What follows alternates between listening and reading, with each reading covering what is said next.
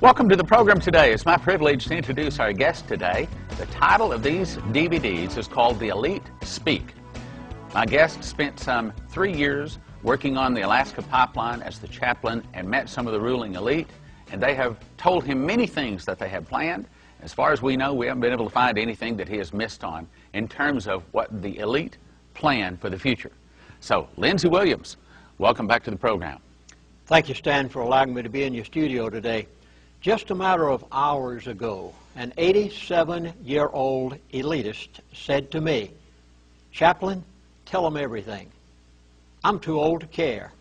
Well, that's exactly what I'm going to do today. You will hear things you've never heard from me before. You're going to see inserts visually into this presentation that we have never given before. You've never seen me produce anything like this before. You see, some people go to many different things to try to talk about the future. Everyone seems to want to know what's going to happen tomorrow. Well, some people go to fortune tellers. Others try tea leaves. Other people might go to the zodiac or reading palms. Well, you're not going to get any of that today. You're going to get it from the people who are doing it. The elite themselves, whom I've had the privilege of knowing now for about 35 years.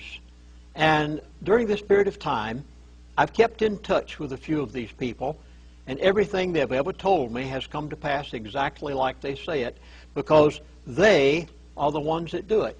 So today you're not going to be consulting something from out there, but you're going to be hearing it directly from the people who rule the world. Take just a moment and tell us how you got involved with being a chaplain on a pipeline and involved with the ruling elite. I was a missionary in the state of Alaska, aviation missionary. They said they were going to begin building the Trans-Alaska Oil Pipeline. 25,000 of the roughest, toughest, cussedest, drinkingest, honoringest folks on the face of the earth to converge on my state. And the first thing that came to my mind was 25,000 of those people, they must need some spiritual guidance. Well, that was the understatement of the year. So I went to Alaska Pipeline Service Company, the consortium of 9 major oil companies that were going to build that 800-mile, 4-foot diameter pipe, largest pipe ever constructed on the face of the earth for the carrying of crude oil. And I said, "Don't you need a chaplain on the pipeline?" They said, "We don't know what to do with you. We never had a chaplain on a pipeline before." I said, "No problem. Give me a chance." Well, persistence paid off. I kept going back and back. Finally, they said, "Okay, we'll give you the northern 7 work camps, including the huge new oil field up at Prudhoe Bay, America's oil field, northern Alaska, on the Arctic Ocean." And I did.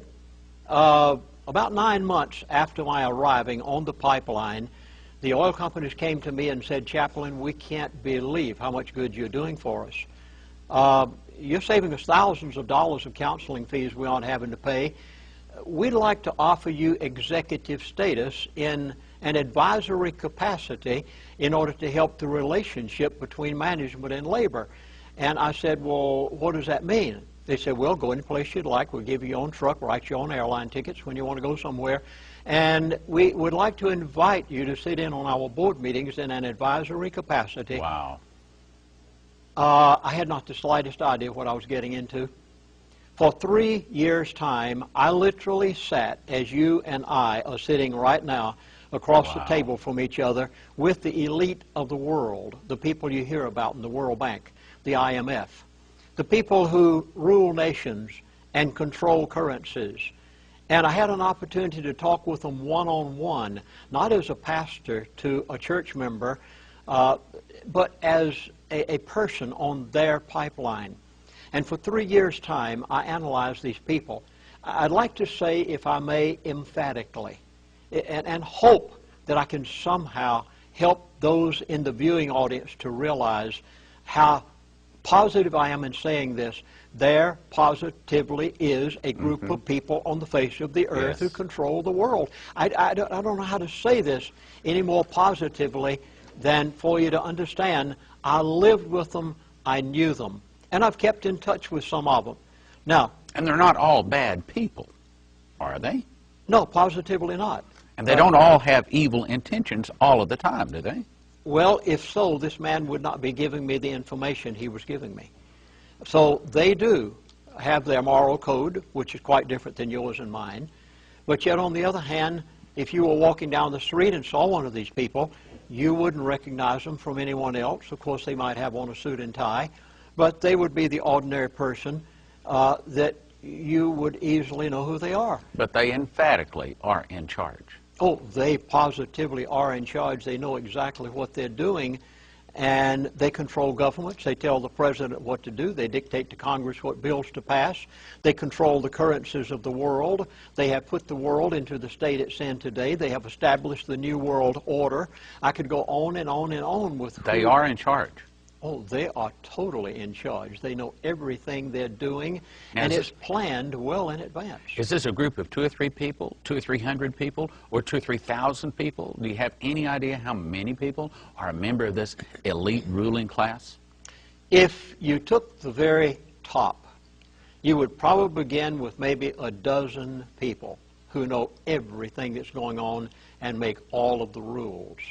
Then it would go down to a little bit bigger group, like the Bilderbergers, or maybe the Council of Foreign Relations or the Trilateral Commission. Then you would spread it out to larger groups like the media and others who would, and each group would know less than the others did at the very top. But the ruling elite probably no more than maybe a dozen people. So the people you were talking with were more of the ruling elite, the top 10, 12, 15 people then? Yes. Ooh, wow. And you know, people give their eye teeth to have that. Well, I consider it to be the providence of God.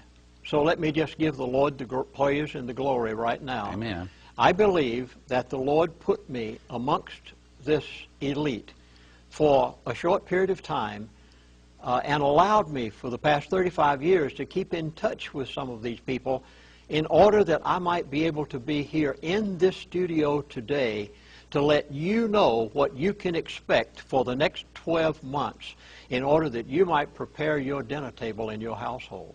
Are these ruling elite, they have families, they live a lifestyle that is typical, or is it very lavish? Do they live in castles? Are they typical people? Tell us a little bit about them. They fly their jets, they live their lifestyle. They don't live the way you and I live necessarily. They are of the upper crust, but you wouldn't know one of them from anyone else if you were walking down the street. Let me give you just an idea of the immensity of the project of the Trans-Alaska Oil Pipeline. And at this point, we're going to insert a section that was made during the construction of the Trans-Alaska Oil Pipeline, just to give you an idea of the controlling power of these elite to do things such as this project. In fact, the Trans-Alaska Oil Pipeline was the biggest project ever undertaken by private enterprise in the history of the world. $12 billion was spent in 3 years' time. Now, keep in mind that 35 years ago, $12 billion would be multi-billions today, and the elite did it. So here at this point, you'll get an idea of the immensity of some of the things that the elite do. You and I, yes, we might buy an automobile or a house. The elite perform projects of this immensity.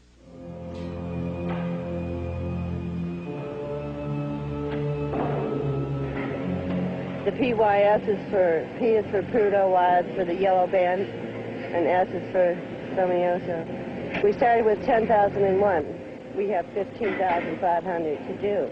So our last pipe will be 25,500. About half of the sections were welded together indoors at the pipe storage yards, turning 40-foot sections into 80-foot sections.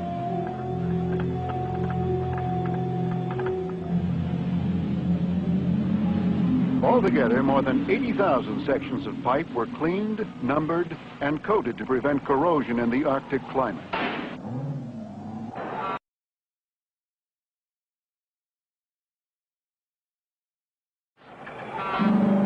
People sometimes ask why it isn't going faster.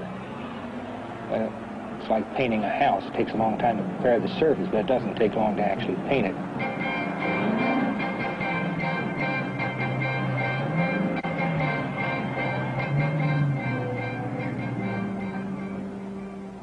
Oil will enter the pipeline at a temperature of about 135 degrees. Because pumping and friction will keep it warm as it moves down the line, pipe must be installed above ground in areas where thawing might cause soils to become unstable. The design was conceived that will allow us to build a pipeline above ground, and consequently our design today is such that the pipeline is 50% buried and 50% above ground. That by itself makes the pipeline a bit unique in that this is the first pipeline that will be above ground for this longer distance.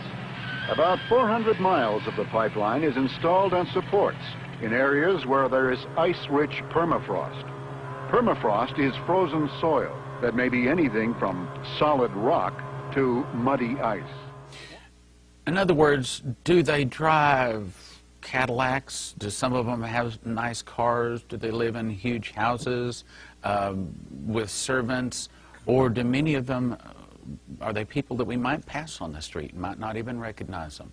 You know, it's very interesting that you would ask this question, because about 2 years ago, I was threatened by them. And many of those who have seen my previous DVDs know that I had to pull my website, do away with my Energy Non-Crisis DVD, and say a lot of other things. There were just a few things they said you can't say anymore. And if you do, we're going to do this and this and this. And that was not very pleasant, what they were saying. So I decided, in order to be able to continue to tell the masses of people in this world what I feel they most need to know, I'll back off on one or two things in order that I can tell you everything. Yes. And at the time, of course, I had to do all of these things. And it's quite interesting that you would talk about the elite in such a manner as this, because at that point, I looked to find out where these elite are living now. We're living in different times. We're living in difficult days. We're living in days when there are powers that are moving through this world that probably have never been seen before. And I decided I would look up some of these people. I know them. I know how to keep in touch with them. I know some of them that I can ask, where are the others? Stan, I was amazed. Not a one of them is living in a city. Not one. They all have moved outside of the metropolitan areas. Many of them live in very secluded places. They are out of the general run of things. They have protected themselves because they understand what is about to take place, because after all, they're the ones that plan it. So it's interesting that you would ask a question like that. For 35 years' time, these people have never told me anything that it did not come to pass.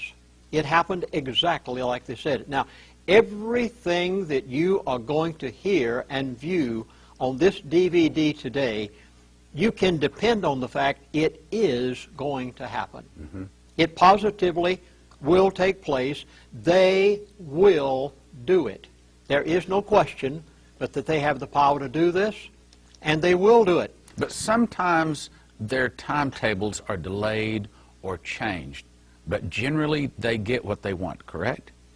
There is only one thing that will alter their program: the providence of God. And apart from the providence of God, what you are going to hear today will take place in the next 12 months. They control nations. They tell presidents what to do. They begin war. It's to their advantage. They manipulate currencies. They control your life and mine, whether we like to admit to it or not. And what you're about to hear today will happen. These people do exist. And apart from God stepping in, it will happen. Only a few hours ago, literally.